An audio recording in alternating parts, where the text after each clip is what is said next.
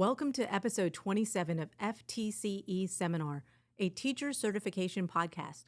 I'm your host, Mercedes Musto. In today's episode, I'll be talking about the FTCE General Knowledge Reading Subtest. This is part 6 of a multi-series review of what you need to know to pass the reading section of the GK. Today, we're going to talk about tone. This has to do with analyzing specific word choices in a way that reveals the author's attitude. Yeah, that's right, I said attitude. And what I mean by that is like the writer's mood and feelings are conveyed through the types of words they use in their writing. Today, I will teach you how to become a tone detective when you're reading a text or passage. So let's get started. Concept number 1, author's tone. ThoughtCo.com defines tone as the author or writer's attitude towards the topic they've written about. For example, tone can be comical, playful, angry, informative, persuasive, sarcastic, or tone can even be serious, lighthearted, or morbid. Ew. So Edgar Allan Poe-ish. It can also be candid and so on. Like me, for example, my attitude towards writing tends to be informative, instructional, and admittedly goofy. Is that a thing? It is now. Writers.com agrees that tone is the author's attitude conveyed in their writing. So what does this look like or sound like for that matter, and how does it help me pass the test? Well, I'm glad you asked. Let's visit some real-life examples. Hey now, while you're listening, think about the word selection and how that relates to the author's attitude. Example number 1. A loud bang outside the coffee shop startled Sarah. She rapidly scrolled through Instagram while shaking her foot under the table. "Cappuccino for Sarah," the barista belted from the counter. Panicked, Sarah looked at her phone again. It isn't what she ordered.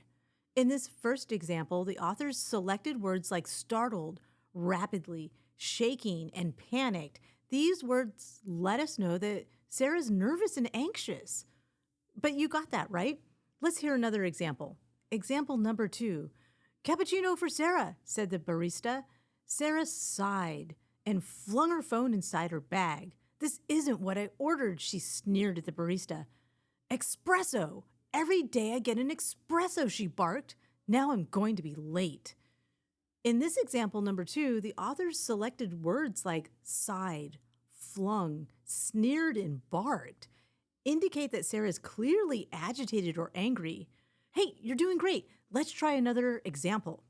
Example number 3. Sarah admired the coffee shop music. She's always enjoyed the sounds of cello. "Cappuccino for Sarah with a triple shot of espresso," the barista winked, and Sarah smiled. "Thank you, Chris. Did you know that the legend of the cappuccino dates back to the 17th century? The legend is that Marco de Avagno, an Italian friar, invented this fine espresso shot with steamed milk. Delicioso." Okay, so the author selected words like painted a picture of a calmer, more likable Sarah. The author indicated in this description nice music and a winking barista. But then Sarah starts giving an informative or educational speech about cappuccinos. We know this because she references a date like 17th century, follows this all up with facts about cappuccinos, and then even gives a definition of the unique coffee itself. That's how we know the tone here is educational or informative. Example number 4. Sarah fixed her hair and picked up the cappuccino at the counter. The steamed milk was frothed with a beautiful heart design in the center. She blushed and looked up at the barista who was smiling. "Maybe come back tomorrow for another cappuccino, love?" Sarah nodded yes and dreamt immediately of tomorrow. Ooh la la. In example number 4, and hooray for Sarah, can you figure out the tone in this one? Yeah, you're so correct. The tone is hopeful, flirtatious, and maybe even a little bit loving. We can tell because the author used words like beautiful, blushed, smiling, love, and dream. Well, that was kind of fun, right? I know. Let's review.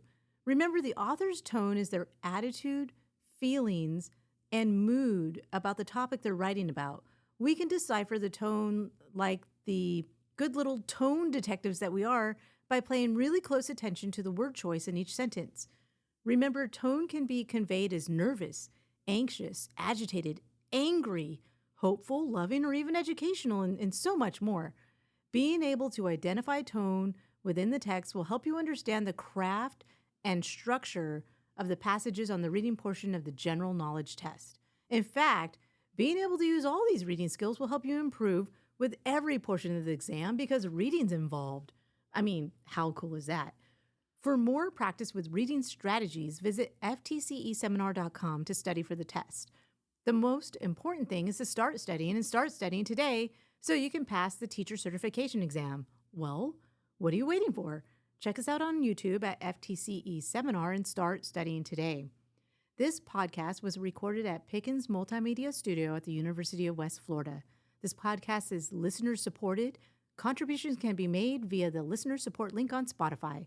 This is your host, Mercedes Musto. Join me again on FTCE Seminar, a teacher certification podcast, so you can pass the FTCE